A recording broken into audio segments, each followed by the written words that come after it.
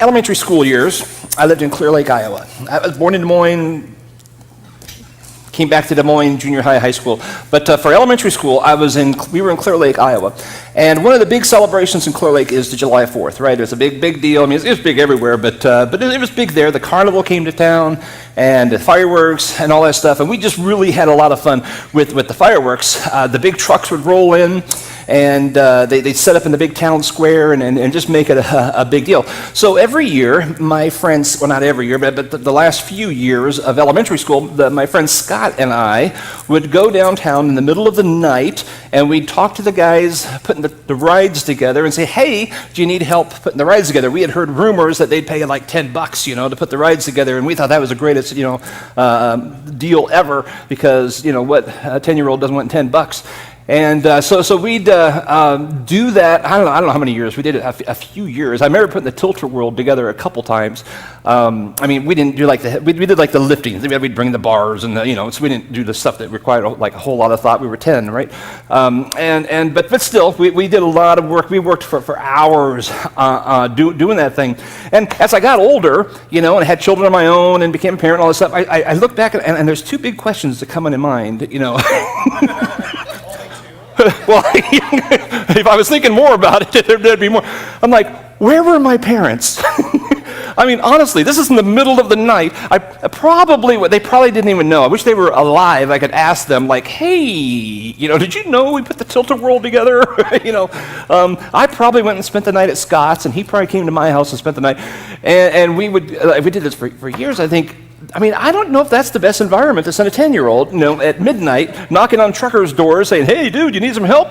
But we did, and we turned out okay, kind of. And secondly, what fine establishment would hire 10-year-olds to put their carnival rides together? No, they were real careful. They had inspections and all that stuff the next day. I was never around for that stuff, probably because it was illegal. I don't know. Child labor. But anyway, you kind of wonder that stuff, like, what in the world was going on with that? So anyway, we did that a few years, and what would happen is we'd go back home and sleep for a couple hours, and then we'd come back during the daylight hours and talk to the people who do the booths, the little games, carnival games and stuff, and we'd see if they wanted help. And my parents knew about that for sure, because they would come and play the games I was doing. There was a few years I did the big stretch bottle, Coke bottle things. If you remember those, I had to Google it in case some of you have never seen those. They were the big stretch bottles, and they were lined up like the game in the middle, and if you put a ring on it, you get the bottle, and it was really great. So I was that kid, 10, 12-year-old kid sitting in the booth saying, come on over here and talk. I did all the stuff. I was yelling at people, trying to lure them in, because I got a percentage of the money, and man, we thought we were pretty big time, making big dollars at the carnival. I know I did the balloon thing a few years too, where you throw the darts at the balloons, and I blew up balloons, and I bruised my poor fingers. I thousands of balloons over a matter of 4 days that I would put together. It was a ton of fun. And somewhere in here, there was a high school student that had dropped out of high school. And the rumor was, one year when the carnival had come to town, like that next year after he had dropped out, he was like the town bully, so he wasn't like my buddy. I didn't hang out with him, but he disappeared after the carnival came to town. And the rumor was he had joined the carnival, and he was traveling with them. He needed a job, and that was his job. I don't know if that's true or not. I was a kid, but I never saw him again. And he could be here, and I wouldn't know, because that was a long time ago. So if your name's Mike and Fredrickson, you're from Clear Lake, talk to me. I'd like to know your story, because what really did happen, I don't know. But here's the deal. As a young kid, I can only process things so much, right, as a 10-year-old, but I remember hearing the rumor that Mike had joined the carnival, and I remember thinking to myself, there's so much more you can do. Be a doctor or something, be a lawyer. And I didn't realize he had to go to school for that stuff, but because he dropped out, that kind of limited a little bit where he would go in the future. But it's like A carnival? I mean, the tough thing about the carnival is you have to leave, right? I mean, you can't. You don't have a home anymore. You get in a trailer and you go from town to town. You travel around. You have no roots anywhere. You leave your family behind. It's a viable option. I mean, I'm not putting down people who choose to do that. But as a 10-year-old, I was just thinking, why would you leave your mom and dad? Why would you even leave your school? I mean, I get it. You might not like the school thing, but there's so much here. Why would you leave it to go join the carnival? It didn't make sense. I mean, it's fun to do it for summer, for 4 days, but to do it for the rest of your life, it just seemed incredible to me. Sometimes I wonder, when you look at the disciples of Jesus, if the people who knew them kind of wondered the same thing about them. It's like, why would you go join the carnival? I mean, there's this guy who comes to town and he attracts a crowd and he puts on a show and people are all excited about it, but he doesn't have a home and he kind of goes from place to place and he puts on a new show in a new city all the time. Like why would you go? You have a good job, you have a good family. I mean, you are grounded. Everybody in the community knows you. They support you. They're with you. Just what's wrong with fishing?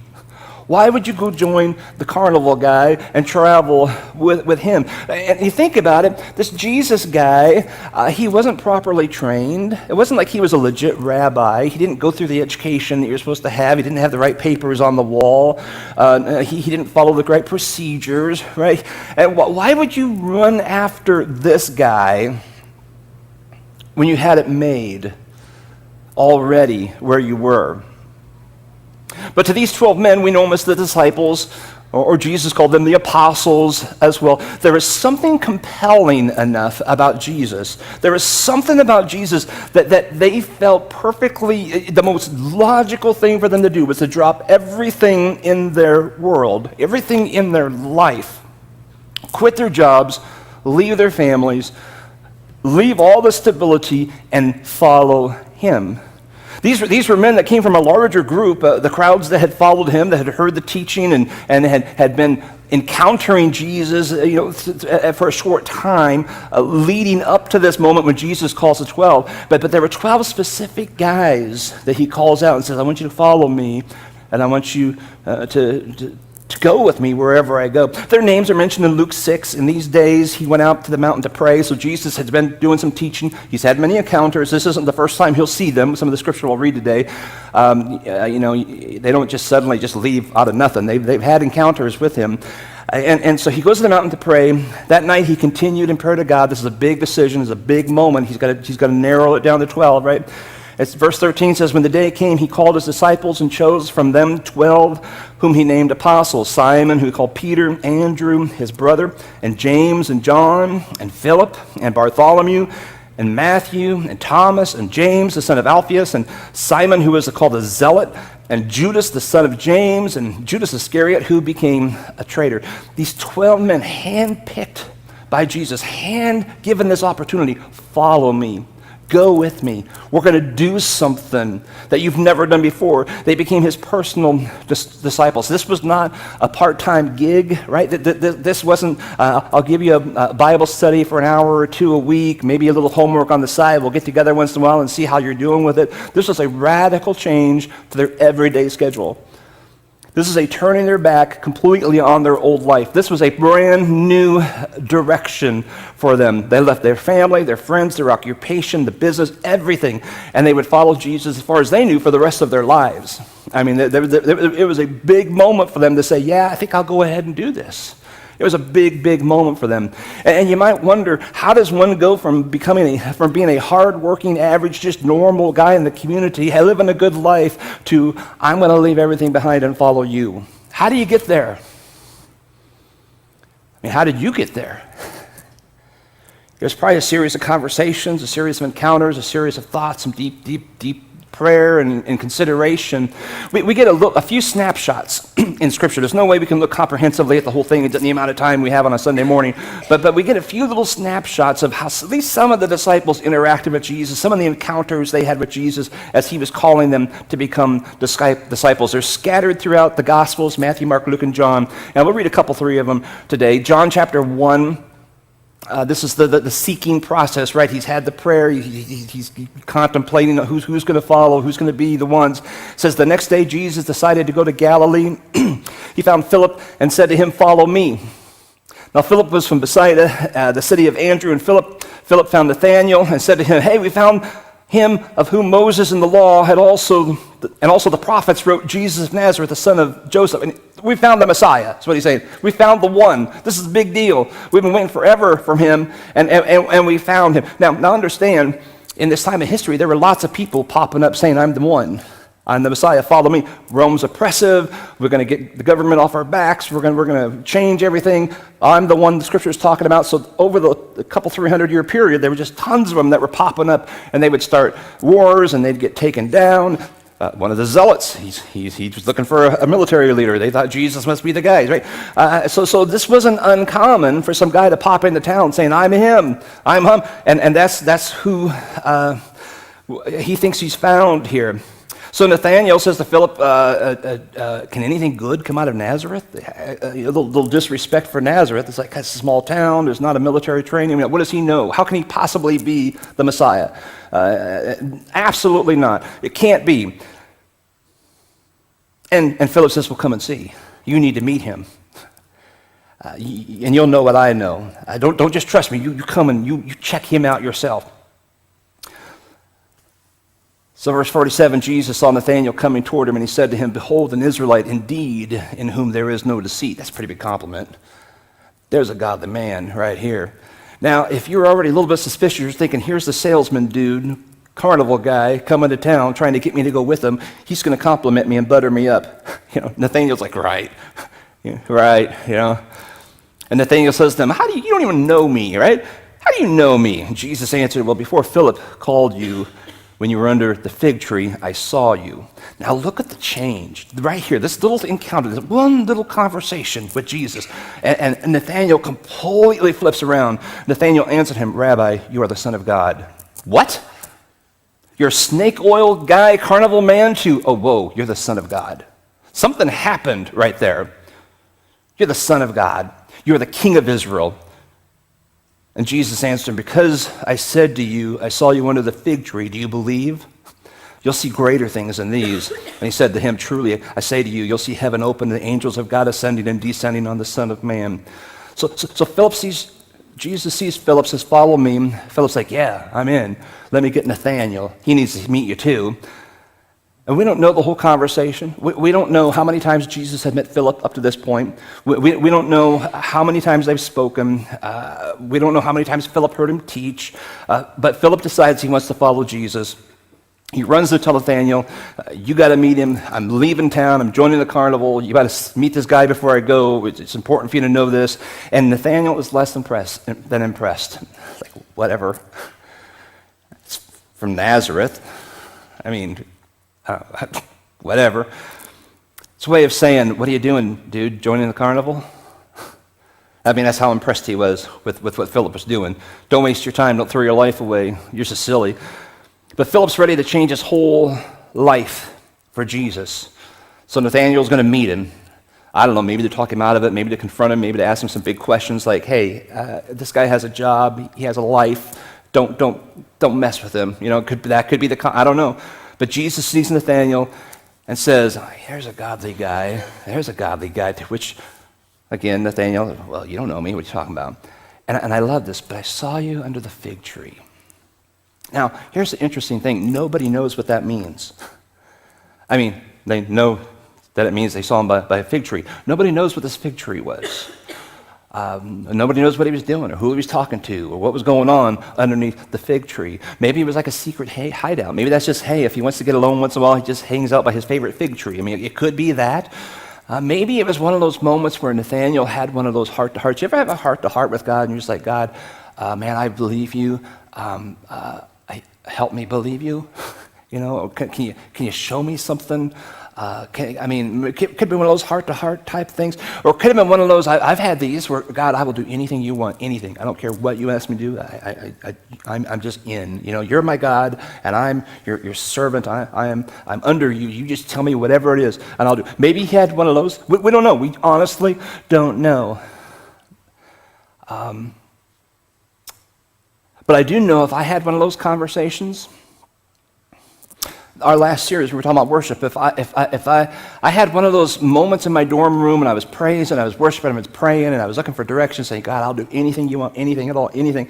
And the next day, someone said, hey, I saw you in your dorm room, and here's what God has to say. That freaked me out a little bit. I mean, like nobody knows that.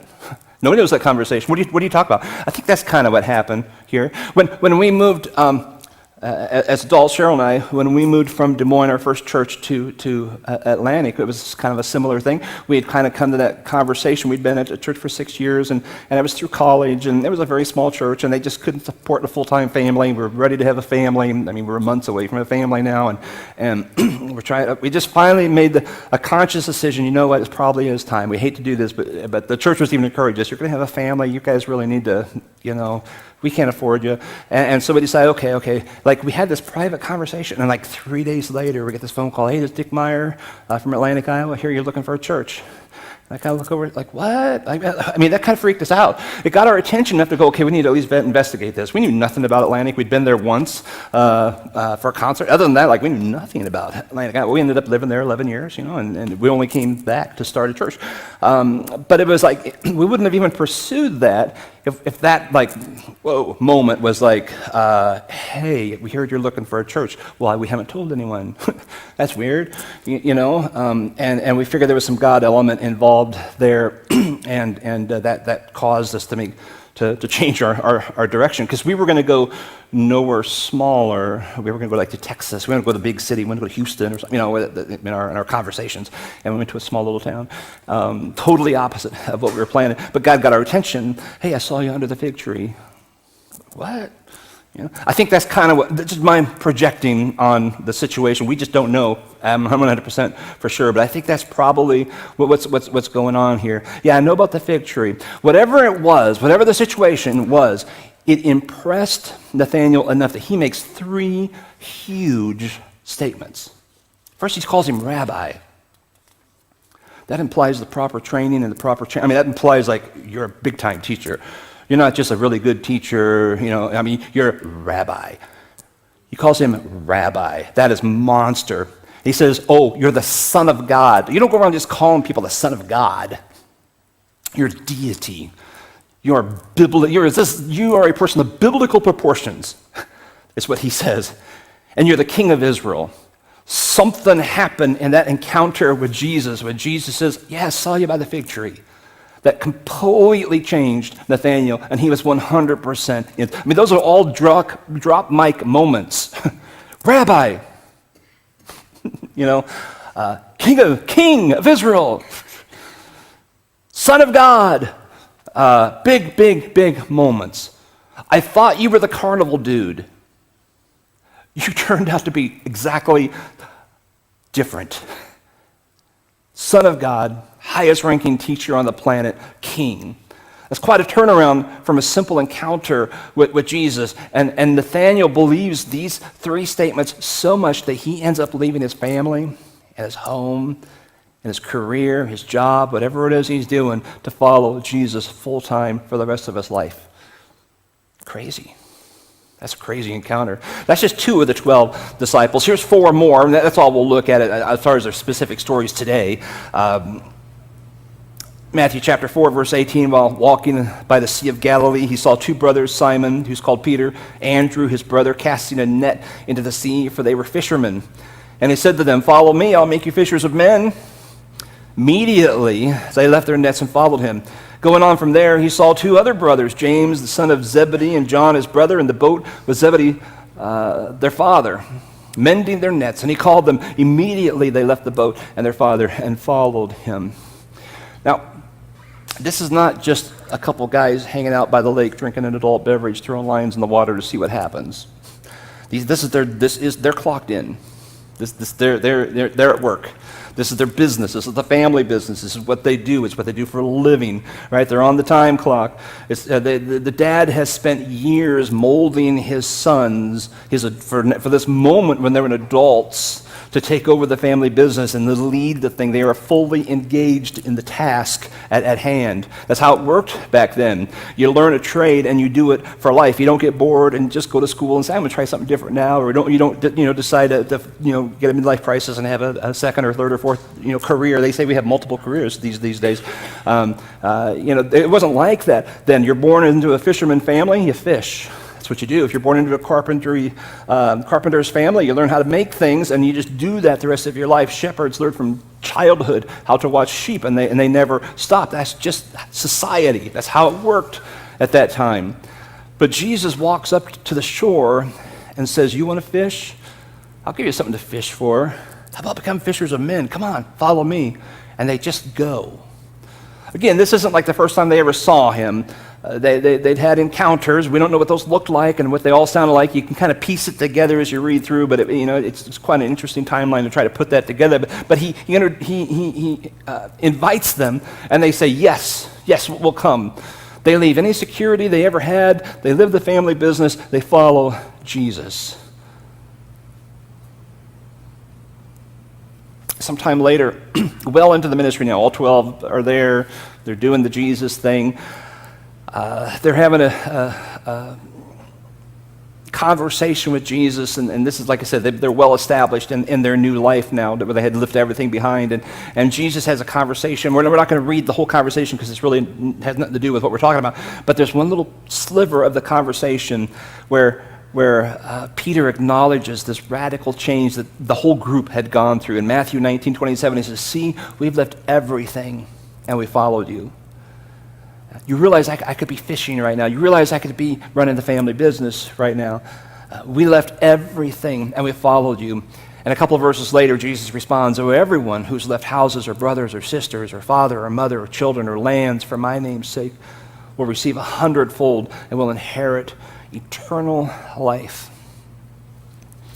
Can you imagine having a conversation with someone that so radically changes you, it completely changes the direction of your life? That's what these men had. You've had that, right? I mean, somewhere along the line, you're here for, there's a lot of things you could be doing today. You're here today, figuring out Jesus, you're learning more, you're part of this church family, you're doing that whole thing. Some conversation led to that somewhere in your life. Someone invited you, come and see. We met this Jesus guy, come and see. And somewhere along the line, you processed all the information. You heard him say, follow me, and you said, yeah. Or at least you're thinking about it, you're considering it at this moment. You're at that spot. I was working on my master's degree through Cincinnati Bible Seminary, and was chugging right along on it, doing it on a part-time basis where I travel back and forth to Cincinnati or to a campus, different campus where they would bring their professors in. And one of those times I met a guy named Alan Olgrim, who was he's retired now, but a pretty successful pastor. He started a church in Colorado, and it was a mega church by the time we'd met him, and he was teaching this class, and I had no idea who he was because, I don't know, I kind of get caught up in my own little world. I'm always I don't pay attention to who I'm supposed to be impressed with. And it was him and I in a car having a conversation. Must have went for lunch or something, I don't know. And it had that really awkward conversation because I said, well, I have no idea who you are. And then I realized he was really big, and I was like, oh, that's probably really pretty embarrassing. I always say awkward things like that. But anyway, somewhere along the line, he invited me to be a part of this discipleship group that he had going in Colorado. And I was impressed enough with the things I was learning in that one class, and with after I did start investigating who this guy was and the stuff he'd been doing and everything, I thought, man, this guy's like super impressive. I'm just a fisherman, right? I'm honestly, I'm not impressive. And why in the world did he invite me? There's 12. There were like 12 of us. Kind of an interesting number. In the country, he invited to come, and we went like 4 times a year to his church in Colorado, and we'd spend like 3 days each time, and we had assignments and all that stuff. It was him personally discipling these 12 guys just on a part-time basis. But you know what it did? That conversation changed my direction. I only had 2 more classes left to get my master's degree, and I was like, I don't really care about my master's degree. What I cared about was the volumes of stuff I was learning in this class. And so for the next several years, I met with these guys, all from this encounter with a guy named Alan. It changed my direction. I still don't have my master's degree, so if that lowers me in your, sorry. I could have had 3 or 4 of them, though, for several of the years I went to Colorado. Matter of fact, the last time I met with that group, the last time that group met was about, I don't remember, 2 or 3 weeks before Pathway started. And we would often get together and we talk about what's going on in our world, and they'd go around the corner and we would kind of troubleshoot and encourage and challenge, and sometimes there were 2x4s to our heads. And every guy went around the corner, around that table with a 2x4, smacking me in the head, said, "Start your church." And we came back and started. Actually, it would have been the next week. We started it the next week. So they impacted you all that was just from a conversation, right? From a discipleship conversation that changed my focus. It happens. You have an encounter with someone, and it changes your direction. Maybe you met your spouse, and it changed the direction you were going before you were married. I mean, you meet people, you have those conversations, and it changes things. These guys left everything to follow Jesus. That's significant. It's significant. Now, for the sake of time, we're going to land this plane this morning with three quick things, very quick things that the average person encounters that happen when the average person encounters Jesus. And I hope you've experienced all 3 of these. Encountering Jesus, one, it changes your direction. I mean, this is really simple. You kind of get that from what we're saying, right? You encounter him, you realize he is who Nathanael said he is. He is Rabbi, he is Son of God, he's King, right? And you realize, I'm going to follow him. It changes your direction of life.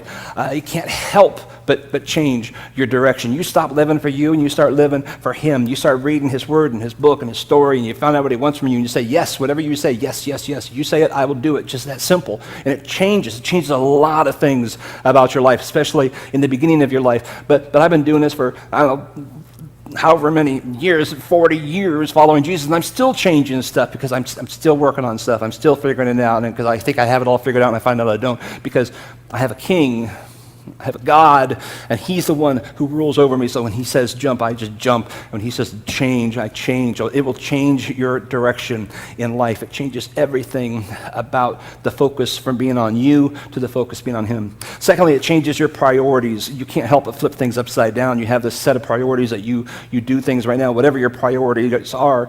But when Jesus becomes your king and you start following him, it just changes those priorities. It changes how you spend your time. It changes how you spend your money. It changes how you spend your free time, your spare time, how you raise your children.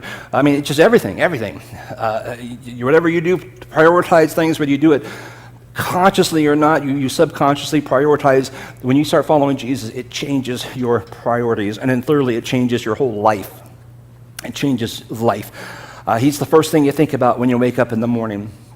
He's the last thing you think about when you go to bed at night, because he's the living God, right? And he's part of you, and he's in you, and he's leading you, and he's directing you. Every decision you make in life goes through this filter of is this Jesus guiding this? Is this how Jesus would want me to do it? It's the old bracelet people used to wear, the "What would Jesus do" bracelet. It's like it's real. It's in your head, saying, "Is this what Jesus wants me to do?" It just changes your life, changes your goals, your desires, the things that make you tick. It just changes you when you have that encounter with Jesus. You literally leave your old self behind, your old life behind, and you join the carnival, and you follow Jesus, and you go on this amazing journey that you would never turn away from. Now, if that doesn't describe your walk right now, I don't know if it's the first thing I think about, or the last, or even not even every Sunday, to be honest. I don't think, maybe the first step for you is to reconnect with him. Because we're going to go on this great journey these next few weeks and look at all these different little encounters Jesus has us with a number of people. We're just going to look at that encounter and what it does to them. Some people change radically. Some people find hope. Some people get angry. And there's all kinds of different reactions to them. But it turns their life upside down, every one of them. And I want to invite you on this journey. So maybe, I don't know, just maybe your first step, if you've been on the journey and you've already said, I follow him, but you've kind of drifted or you just don't, maybe the first thing to do is to reconnect. So we're going to start with that encouragement. We're just going to sing a song that's really a prayer that just says, draw me close to you. I want to, just basically saying, I'm in, I follow. I want to follow you. That's step one, always. I want to follow you, Jesus. I encourage you to take that step if you haven't, or retake it if you've kind of drifted for a while. And let's go on this journey together of following Jesus.